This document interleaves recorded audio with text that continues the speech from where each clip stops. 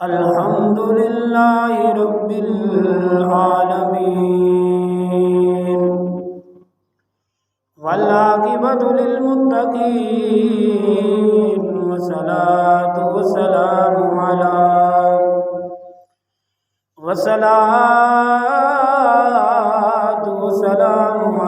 أشرف الأنبياء والمرسلين. أما بعد فأعوذ بالله من الشيطان الرجيم. بسم الله الرحمن الرحيم.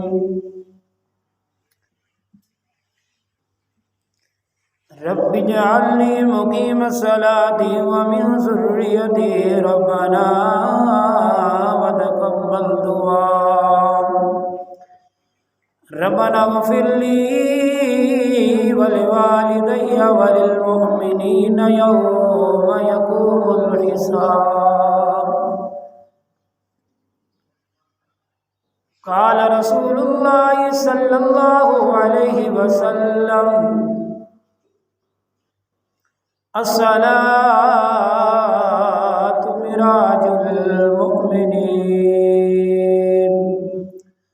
صدق الله مولانا العظيم وصدق رسوله النبي الكريم. إن الله وملائكته يصلون على النبي يا أيها الذين آمنوا صلوا عليه وسلموا تسليما. الصلاة والسلام عليك يا سيدي يا رسول الله. الصلاة والسلام عليك يا سيدي يا حبيب الله. الصلاة والسلام عليك يا سيدي يا رحمة للعالمين.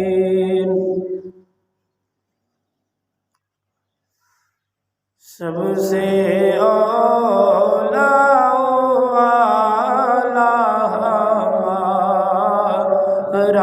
نبی، سب سے بالا والا ہمارا نبی، دونوں عالم کا دولا ہمارا نبی، سب سے اولا والا ہمارا نبی، سب سے بالا والا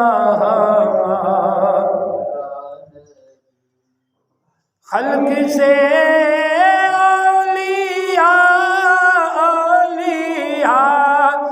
سے رسول، خلق سے اولیاء، اولیاء سے رسول، رسولوں سے اعلیٰ ہمارا نبی، اور رسولوں سے اعلیٰ ہمارا نبی، اپنے مولا کا پیارا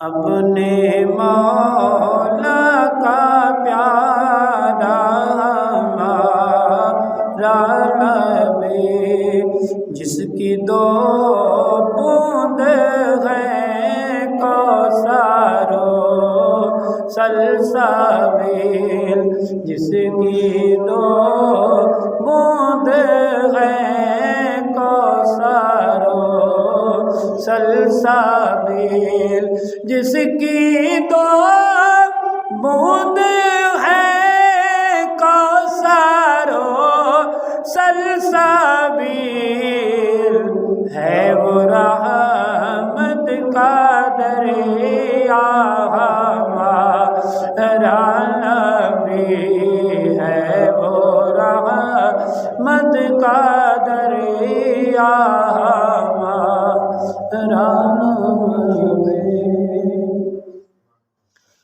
بندہ پروردگار محمد احمد نبی دوستدار چار یارم تابع اولاد علی مذہب حنفیہ دارم ملت حضرت خلیل خاک بائے غوث اعظم زیر سایہ ہر ولی جس سہانی گھڑی چمکا طیبہ کا چاند جس سہانی گھڑی چمکا طیبہ کا چاند اس دل افروز ساتھ پہ لاکھوں سلام کی محمد سے وفا تو نے تو ہم تیرے ہیں یہ جہاں چیز ہے کیا لوح و قلم تیرے ہیں۔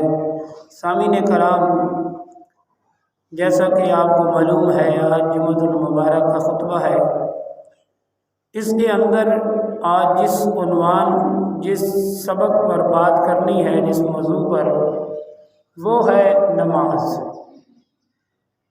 نماز کی بڑی اہمیت ہے۔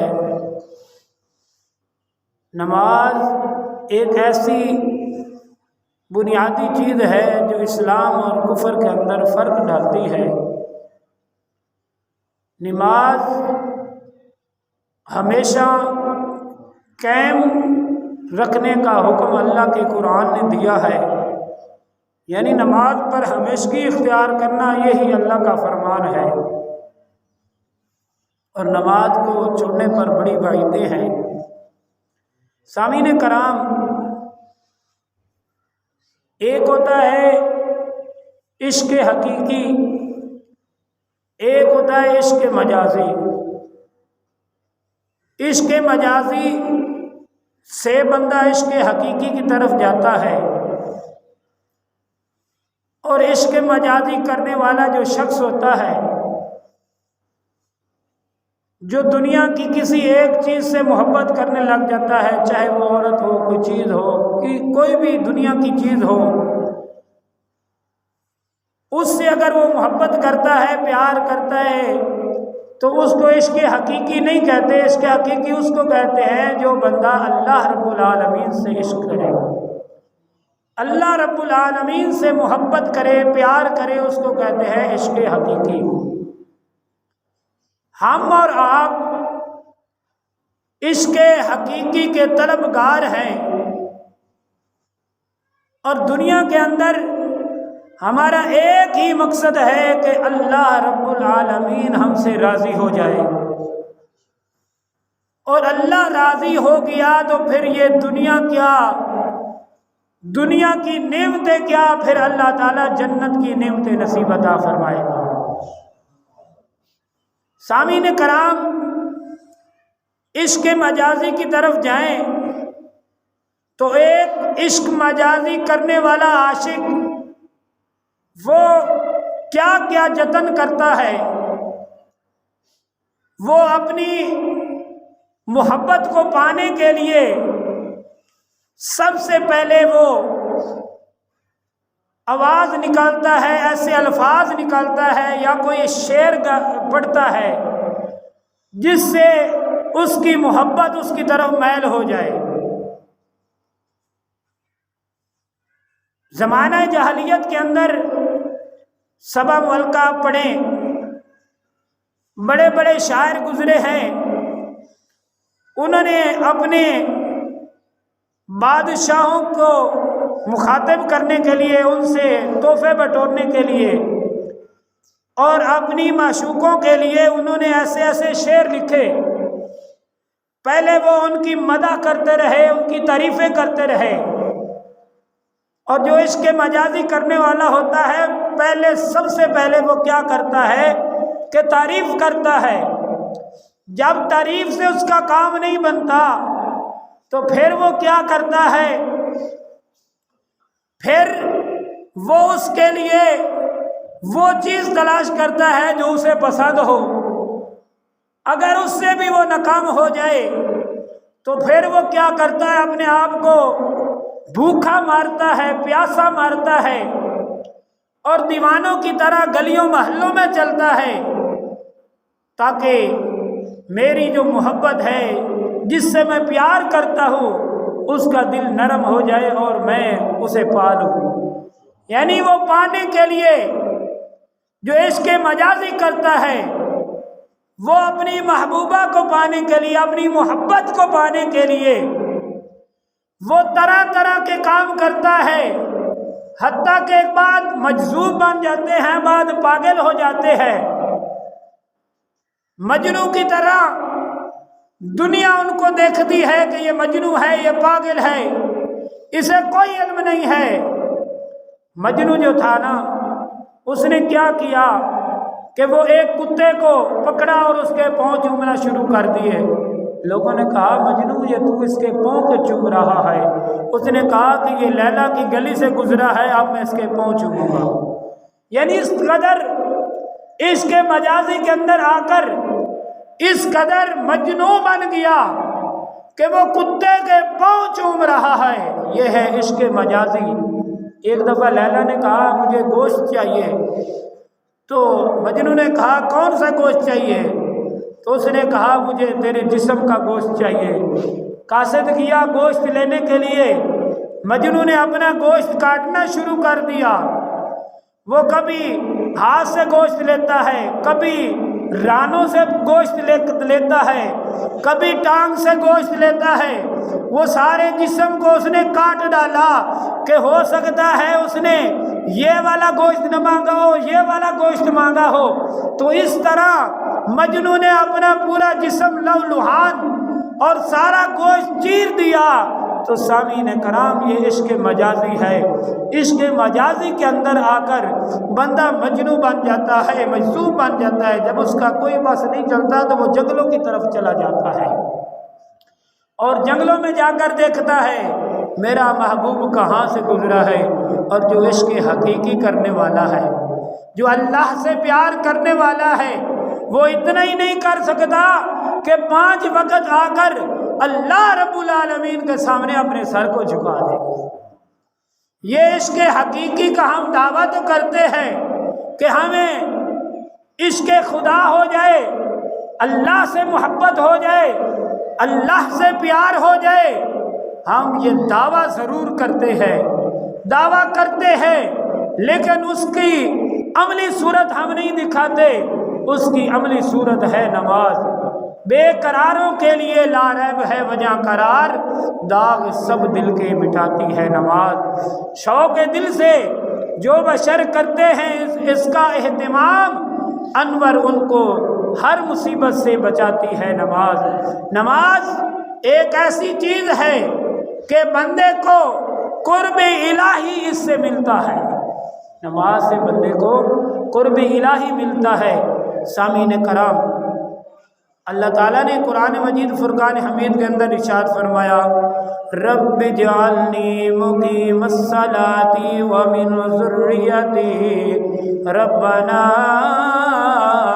وتقبل دعا۔ آئے میرے رب، بندہ دعا کر رہا ہے یا اللہ مجھے نمازی بنا دے۔ رب اجعلنی، اے اللہ مجھے بنا دے نماز قائم کرنے والا، ومن ذریتی، اور مجھے بھی نماز قائم کرنے والا بنا دے، اور میری اولاد کو بھی نماز قائم کرنے والا بنا دے۔ ومن ذریتی ربنا وتقبل دعا، یا اللہ مجھے بھی نمازی بنا دے، میری اولاد کو بھی نمازی بنا دے، اور میری دعا اپنی بارگاہ کے اندر قبول فرما۔ بندہ دعا کر رہا ہے ربنا اغفر لی ولوالدی وللمؤمنین یوم یقوم الحساب، یا اللہ میری بھی بخشش فرما، مومنوں کی بھی بخشش فرما، میرے والدین کی بھی بخشش فرما اس دن جس دن تو حساب لے گا، یعنی قیامت کے دن۔ یا اللہ میری بخشش فرمانا، میرے حساب کے اندر نرمی عطا فرمانا، کیونکہ میں تیری نماز پڑھوں گا، تجھ سے اپنی بخشش طلب کروں گا۔ بندہ یہ نماز کے اندر دعا کرتا ہے، جو بندہ نماز کے اندر دعا کرتا ہے اللہ اس کی قبول فرما لیتا ہے۔ سامعین کرام، ان الصلاۃ تنہی عن الفحشاء والمنکر، بے شک نماز بے حیائی اور برے کاموں سے بچاتی ہے۔ نماز ایک ایسی چیز ہے جو عشق الہی کے اندر، عشق رحمان کے اندر بندہ آ جاتا ہے اور اللہ کا قرب حاصل کر لیتا ہے۔ جو بے نمازی ہے، جو نماز نہیں پڑھتا، نماز سے دور بھاگنے والا ہے، وہ اللہ کا عشق نہیں پا سکتا۔ حضرت سلطان العارفین حضرت سلطان بہو فرماتے ہیں ایمان سلامت او یار ہر کوئی منگے تے عشق سلامت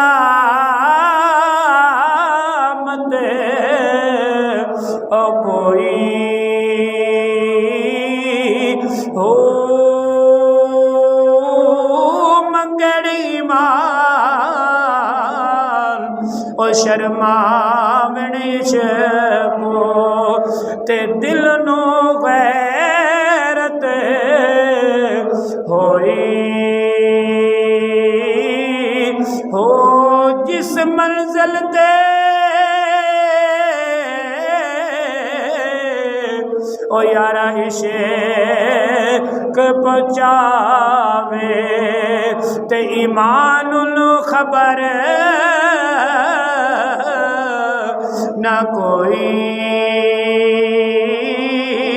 ہو میرا عشق سلامت اور کیا حضرت باہو تے ایمان نو دیوان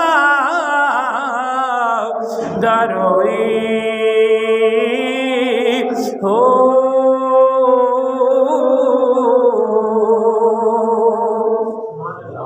عشق خدا جب تک بندے کے دل کے اندر نہیں آ جاتا، اور عشق خدا کس میں ہے؟ وہ بنیادی چیز نماز ہے۔ بنی الاسلام علی الخمس، اسلام کی بنیاد پانچوں پر ہے۔ اس میں سب سے پہلے کیا ہے؟ اشہد ان لا الہ الا اللہ واشہد ان محمدا عبدہ ورسولہ۔ سب سے پہلے کلمہ ہے، وَإِقَامَ الصَّلَاةِ، اور پھر نماز قائم کرنا ہے، پھر زکوٰۃ ادا کرنا ہے، پھر حج بیت اللہ ہے، پانچویں نمبر پر بیت اللہ کا حج ہے، اور تیسرے نمبر پر صوم و رمضان شریف کے روزے ہیں۔ اگر بندہ بنیادی چیز نماز کو چھوڑ دیتا ہے، اور عبادات میں سب سے پہلے جو سب سے پہلے آتی ہے اس کا نام صلاۃ ہے، نماز ہے۔ اور صلاۃ کس کو کہتے ہیں؟ صلاۃ دعا کو کہتے ہیں۔ اس کا لغوی معنی دعا ہے، رحمت ہے، برکت ہے۔ اور صلاۃ ایک ایسی چیز ہے، یہ بندے کے گناہوں کو مٹا دیتی ہے۔ یذہبن السیئات، گناہ مٹ جاتے ہیں۔ فاولئک یبدل اللہ تبدیل کر دیتا ہے۔ کس کو؟ گناہوں کو نیکیوں کے اندر تبدیل کر دیتا ہے۔ وہ کس طرح تبدیل کر دیتا ہے؟ وہ نماز کے ذریعے تبدیل کر دیتا ہے۔ حضرت انس بن مالک رضی اللہ تعالیٰ عنہ، آپ اس حدیث پاک کے راوی ہیں۔ امام الانبیاء محمد مصطفیٰ صلی اللہ علیہ وسلم نماز پڑھ رہے ہیں، آپ کے ساتھ آپ کا صحابی نماز پڑھ رہا ہے۔ ادھر حضور کا صحابی نماز پڑھ رہا ہے، ادھر حضور صلی اللہ علیہ وسلم کے ساتھ نماز پڑھنے کے بعد صحابی عرض کرتا ہے یا رسول اللہ صلی اللہ علیہ وسلم، میں نے گناہ کیا ہے، آپ مجھ پر حد جاری کر دیں، میں یہ چاہتا ہوں کہ دنیا کے اندر مجھے سزا مل جائے، میں نے گناہ کیا ہے۔ امام الانبیاء محمد مصطفیٰ صلی اللہ علیہ وسلم نے پوچھا کون سا گناہ کیا ہے؟ صحابی نے بتا دیا، وہ خفیہ بات تھی، حضور نے نہیں بتلائی۔ حضور صلی اللہ علیہ وسلم نے فرمایا میرے صحابی تو نے میرے ساتھ نماز پڑھی ہے؟ وہ کہتا یا رسول اللہ میں نے آپ کے ساتھ بعد نماز پڑھی ہے۔ حضور صلی اللہ علیہ وسلم نے فرمایا پھر تیرے گناہ اللہ نے معاف کر دیا ہے، سزا کی ضرورت نہیں ہے۔ یہ ہے حضور صلی اللہ علیہ وسلم کی نسبت، یہ حضور صلی اللہ علیہ وسلم کا اختیار ہے۔ اگر حضور کے ساتھ کوئی نماز پڑھے، حضور صلی اللہ علیہ وسلم کے قرب کے اندر آ کر کوئی نماز پڑھے، حضور کی محبت کے اندر آ کر نماز پڑھے، اس کے گناہ معاف ہو جاتے ہیں۔ بعد مفسرین نے یہاں بڑے قلم اٹھائے ہیں، وہ کہتے ہیں کوئی صغیرہ گناہ ہوگا، کوئی صغیرہ گناہ ہوگا۔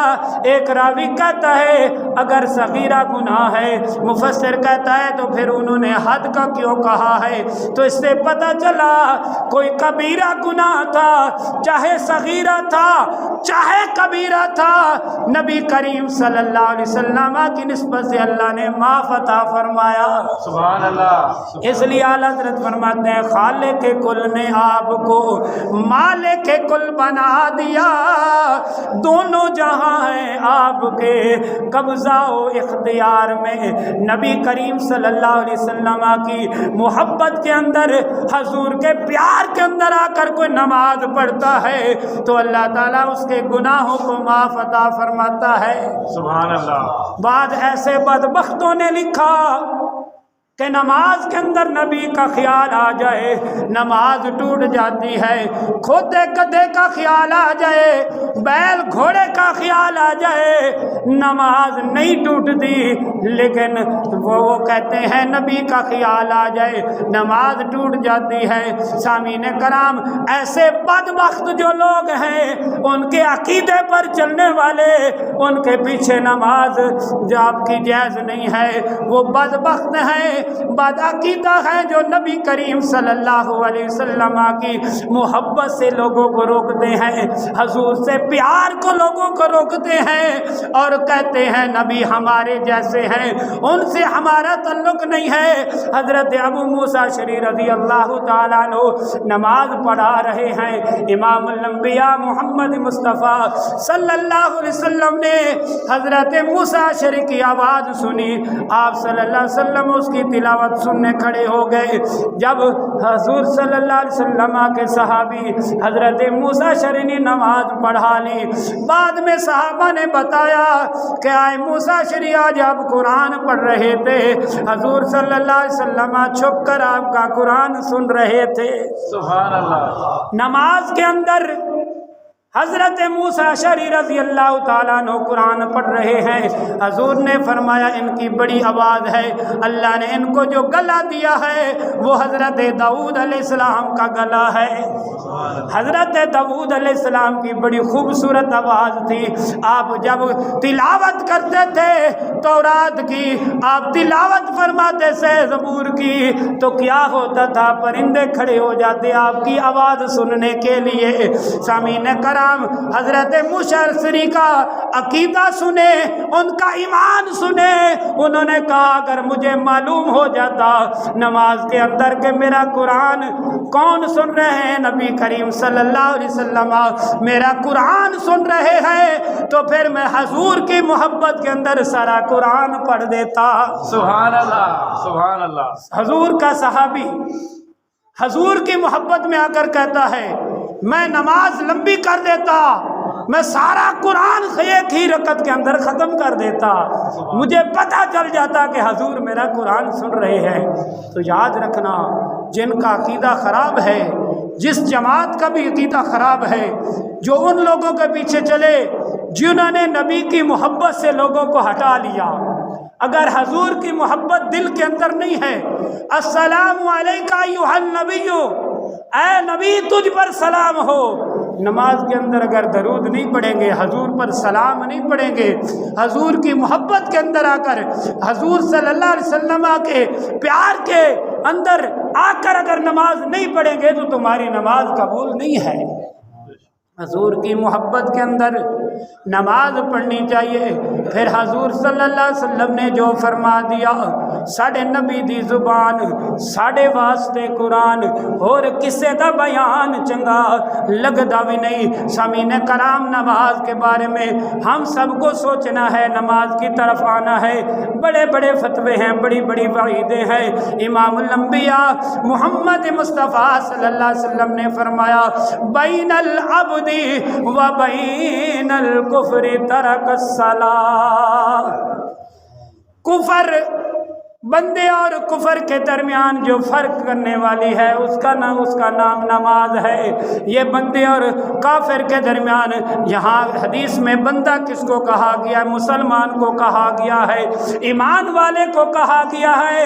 تو پتہ چلا جو مومن ہے وہی اللہ کا بندہ ہے، جو مومن نہیں ہے وہ بندہ نہیں ہے، وہ جانوروں سے بھی بدتر ہے جو اللہ کی پہچان نہیں رکھتا۔ سامعین کرام، بین العبد و بین الکفر ترک الصلاۃ۔ حضور صلی اللہ علیہ وسلم نے فرمایا، بندے اور کفر کے درمیان نماز فرق کرتی ہے۔ اس پر بڑی بڑی وعیدیں ہیں۔ حضرت امام شافعی رحمۃ اللہ تعالی علیہ آپ فرماتے ہیں، جو نماز کو چھوڑنے والا ہے وہ واجب القتل ہے۔ اللہ۔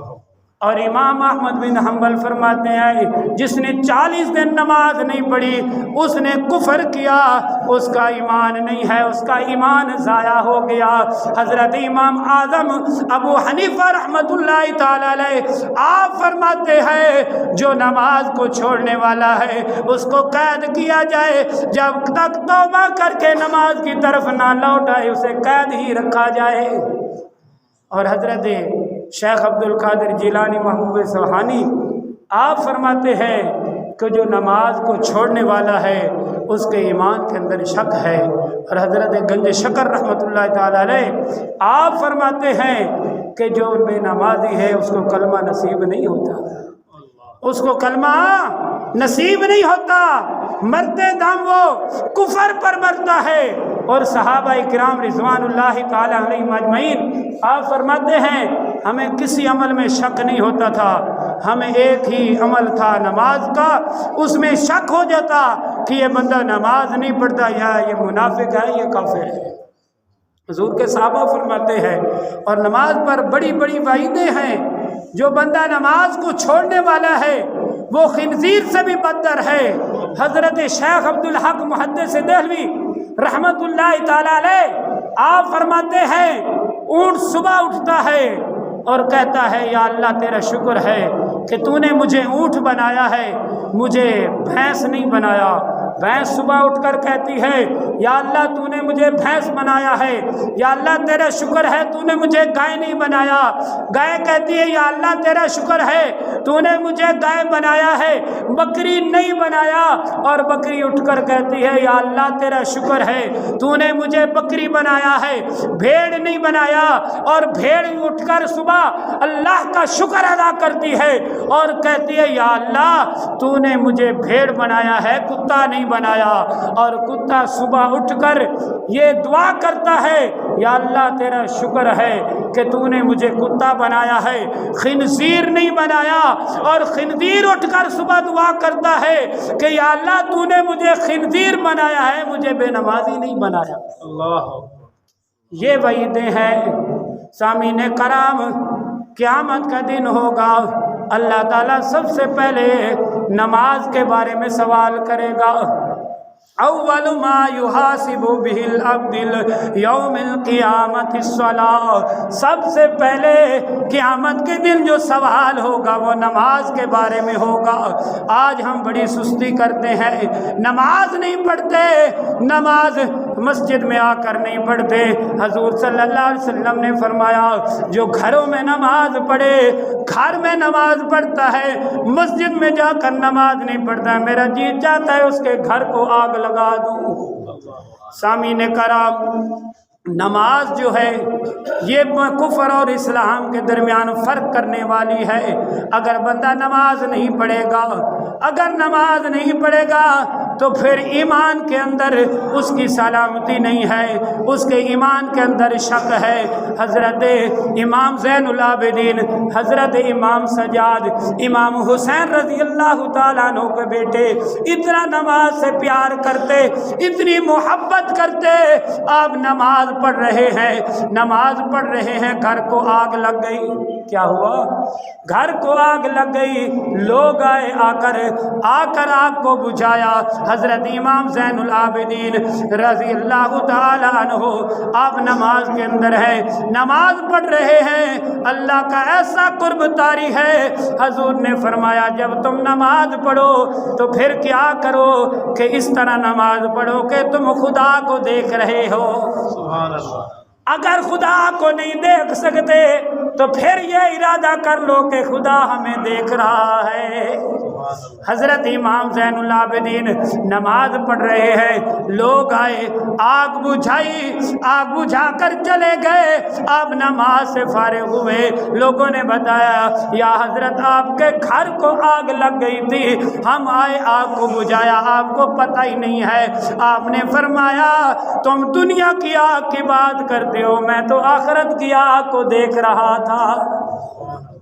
حضور صلی اللہ علیہ وسلم نے فرمایا، حضور نے فرمایا میرے صحابہ، کسی کے گھر کے سامنے نہر ہو، صاف ستھرا پانی ہو، اس کے اندر وہ بندہ 5 وقت ہوتے لگائے، 5 وقت غسل کرے، اس کے اندر نہائے، 5 وقت اس کے جسم پر کوئی میل رہ جائے گی۔ سامعین کرام صاحبہ نے عرض کیا یا رسول اللہ اس کے جسم پر کوئی میل نہیں رہے گی، وہ صاف ستھرا ہو جائے گا۔ سامعین کرام وہ صاف ستھرا ہو جائے گا۔ صحابہ نے عرض کیا، حضور نے فرمایا جو 5 وقت کی نماز پڑھتا ہے اللہ تعالیٰ اس کے اسی طرح گناہوں کو صاف کر دیتا ہے جس طرح بندے کے جسم سے میل ختم ہو جاتی ہے۔ سبحان اللہ۔ جسم سے میل ختم ہو گئی جس طرح، اس طرح بندے کے گناہ معاف ہو جاتے ہیں۔ سامعین کرام حضور نے فرمایا کہ جو 5 وقت کی نماز پڑھتا ہے، ایک نماز سے دوسری نماز کے درمیان کے گناہ معاف، ایک رمضان سے دوسرے رمضان کے گناہ معاف، ایک جمعہ سے دوسرے جمعہ کے درمیان کے گناہ معاف، اور ایک رمضان سے دوسرے رمضان کے درمیان کے گناہ معاف۔ اللہ تعالیٰ سارے گناہوں کو معاف عطا فرماتا ہے۔ سامعین کرام گناہ تو بچتے نہیں ہیں، تو بزرگ فرماتے ہیں اگر اس کے گناہ نہیں ہے تو اللہ تعالیٰ اس کے درجات کو بلند عطا فرماتا ہے، اور جو اس کی عبادت کے اندر کوتاہی رہ جاتی ہے اس کو اللہ تعالیٰ پورا عطا فرماتا ہے۔ یہ ایک سجدہ ہے جسے تو گرا سمجھتا ہے، ہزار سجدوں سے ملتی ہے آدمی کو نجات۔ سامعین کرام اللہ کی بارگاہ کے اندر سجدہ کرنا چاہیے، اور جو بندہ سجدہ نہیں کرتا وہ اللہ کا قرب نہیں پا سکتا۔ اللہ کا قرب کس کے اندر ہے؟ وہ سجدوں کے اندر ہے، وہ نمازوں کے اندر ہے۔ اور مسجدیں آباد کریں۔ آج ہم اسلام کی بات کرتے ہیں، ہم دین کی بات کرتے ہیں کہ وہ کون سی چیز ہے جس نے ہم سے اسلام کو چھین لیا ہے، وہ کون سی چیز ہے جس نے ہمیں اسلام سے دور کر دیا ہے۔